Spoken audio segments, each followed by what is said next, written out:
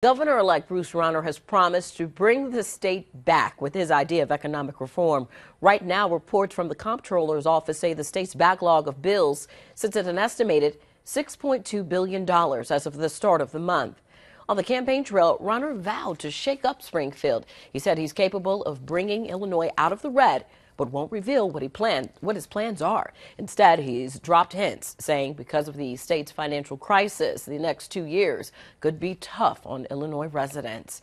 He had gone as far as apologizing for what's ahead.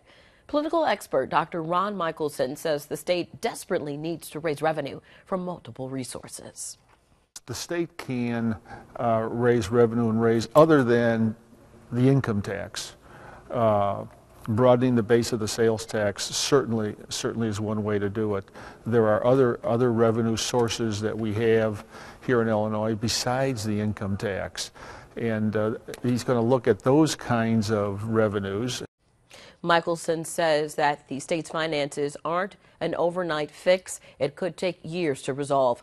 Meanwhile, Rauner will be sworn in on January 12th. Rauner is expected to deliver his first budget address in February. Fewer firefighters will be working in Danville after the city council passed a budget that includes cuts to the department. The Danville Firefighters Association is condemning cuts made to the department. The mayor says the changes are largely due to retirement. The current fiscal year budget funds 51 firefighters. The budget for next fiscal year funds 42 firefighter positions. Of those jobs, the remaining 3 jobs are firefighters who have expressed interest in retiring in the first quarter of next year, among others. We've set aside money that either will allow us to extend their employment through the first quarter of the next fiscal year, or if that's not possible and layoffs are going to be required, then we have money set aside for their unemployment. In an email statement released to WICD, the president of the Firefighters Union disagrees with the mayor's description of the cuts, and he goes on to say, quote, the potential cost to everyone's safety is too high for us to agree. End quote. There has also been discussion about consolidating fire stations from 4 to 3 in the city.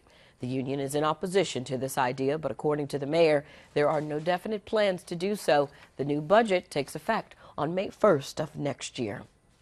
In other news, a Paris woman has been charged with financial exploitation of an elderly woman. According to court documents, the incident happened from July of 2010 until June of 2013.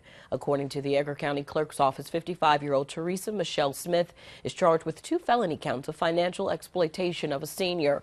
Per court documents, Smith was in a position of trust and confidence to the victim, who was over the age of 70 years old. Smith allegedly knowingly and deceptively obtained control over the victim's personal finances in excess of $15,000. Court documents also say Smith illegally used the victim's assets and other resources. According to the Edgar County State's Attorney Office, Smith is now out on bond. She's due back in court December 29th. Police are now investigating a campus robbery. It happened on Monday at 8 p.m. on Green Street near Wright Street. Police say that the victim was walking eastbound when he was pushed from behind and fell to the ground. The suspect removed the victim's wallet from his pocket and stole his cash.